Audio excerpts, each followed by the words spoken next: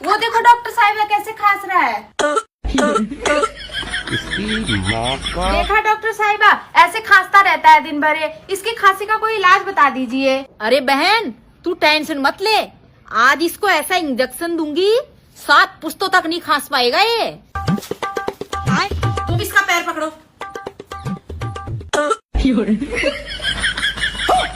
जब तुमको पता है इतनी खतरनाक खांसी हो रही है तो इसको बांध के रखना चाहिए था ना।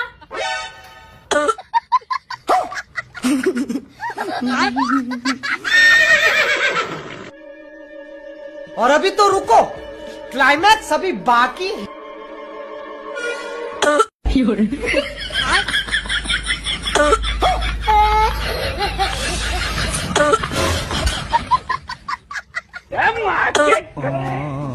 मेरी बहन का मेरी बहन की